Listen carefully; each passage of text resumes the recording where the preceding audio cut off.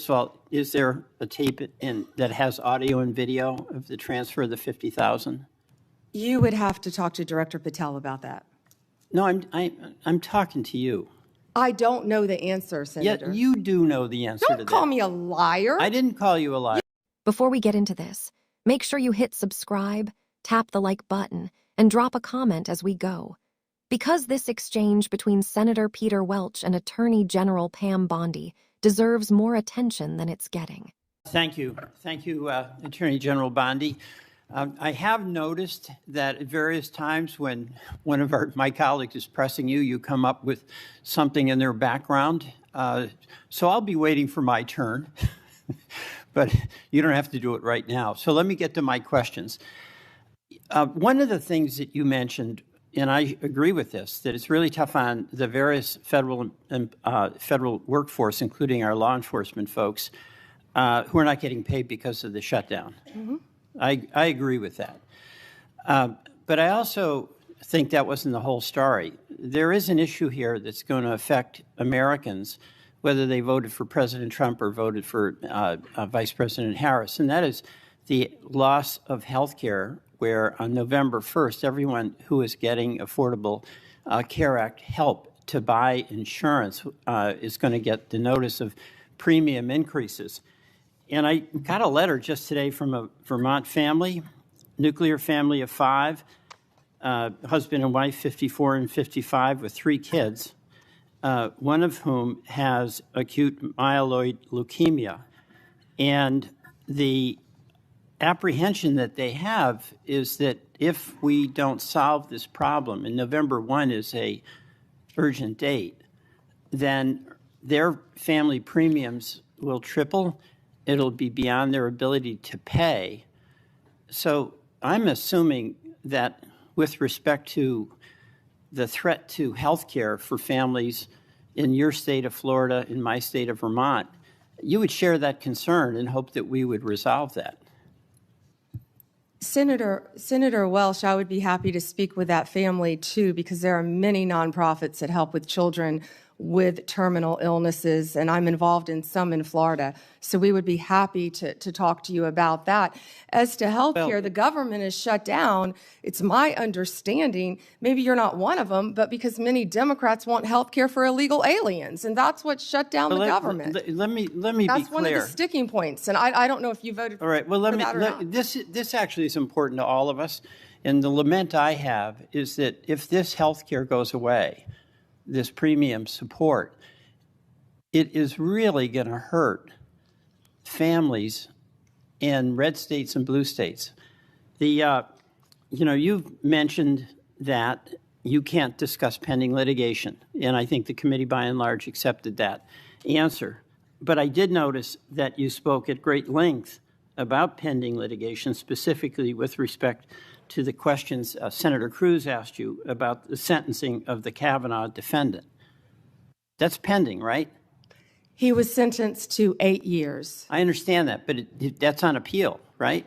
We will be appealing. Right, so that makes it pending litigation. So you made an exception with respect to the Cruz questions. Hold on. No, but you didn't answer any of the questions that you said were pending litigation from any of my colleagues. Those were facts that came out at the sentencing hearing. You're welcome to see the transcript of the sentencing hearing I understand with all the that. gruesome details of what they threatened to do to Justice Kavanaugh and other justices. I condemn what that person did. That was the sentencing.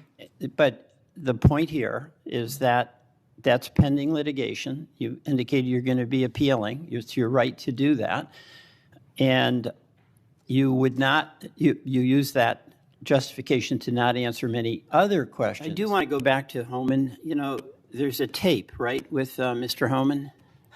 I mean, first of all, is there a tape that has audio and video of the transfer of the 50,000? You would have to talk to Director Patel about that. No, I'm talking to you. I don't know the answer, Senator. Yet you do know the answer to that. Don't call me a liar. I didn't call you a liar. You just said I know the answer. I said I don't know the answer. Well, you have to talk to Director Patel. What I said is that investigation was closed. If you don't know, why don't you know whether there was a tape and video? Senator, I believe that was resolved prior to my confirmation as Attorney General. Do you think that it is of public interest for the people to know what happened to the 50 grand that the FBI turned over to Homan? Did you hear what I just said? That was resolved prior to my confirmation as Attorney General. That's why I said I would not know. It's not resolved. There's $50,000. Homan has it, or somebody has it. Do you have no interest in knowing where it is?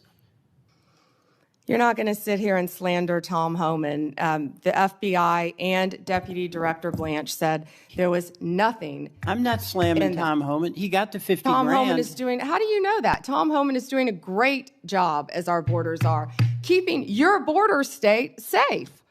You're a border state. Thank you, Senator Welch. We're going to Madam President, could I have 1 minute? Not right now. And if you wait, we'll talk about personal it. privilege? Not right now. The Senator witness Tillis and many others have been waiting their turn. I know, so but this you is can 1 hold minute, until and the it end. relates to testimony that she gave about me. Senator Tillis, go ahead.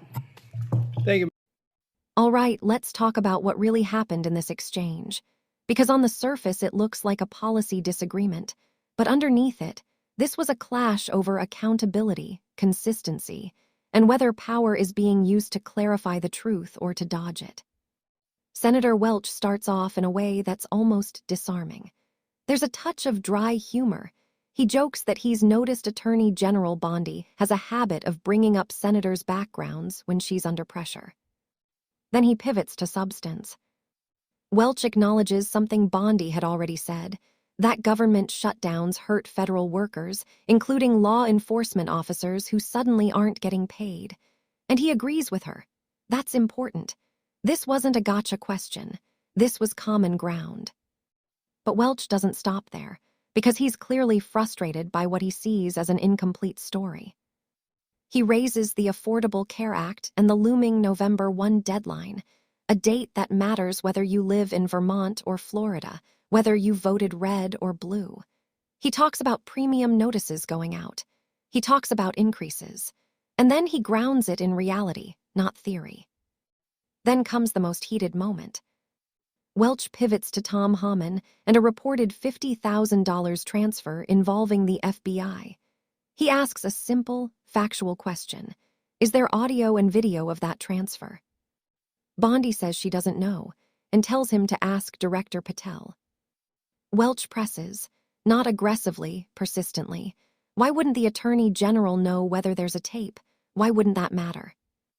Bondi snaps back. You don't know the answer. Don't call me a liar. You're not going to sit here and slander Tom Homan. And that's the moment where tone overtakes substance. Senator Welch wasn't grandstanding. He wasn't yelling. He wasn't chasing viral clips. He was asking whether the rules apply evenly, whether urgency is recognized when families are facing real harm, and whether transparency still matters when it's inconvenient. Attorney General Bondi, on the other hand, repeatedly shifted ground. When empathy was requested, she offered charity instead of policy. When consistency was questioned, she leaned on condemnation rather than explanation. When factual clarity was requested, she invoked timing, jurisdiction, and offense. That pattern matters. Because trust in institutions doesn't erode overnight. It erodes when people see different standards applied depending on who's asking the question. It erodes when pending litigation is flexible. It erodes when real-world consequences, like families losing health care, get reframed into culture war talking points. This exchange was a reminder that accountability isn't partisan. Transparency isn't optional. And public service isn't about protecting reputations. It's about answering to the people affected by the decisions being made. If the Attorney General doesn't know where federal money ended up, that's a problem. If she does know and won't say, that's a bigger one. And if families facing medical crises are told to rely on nonprofits while Washington argues about blame, then something fundamental is broken. If you found this breakdown useful, hit like, subscribe for more long-form political analysis, and let me know in the comments. Do you think Attorney General Bondi answered these questions fairly, or did Senator Welch expose a deeper issue with transparency?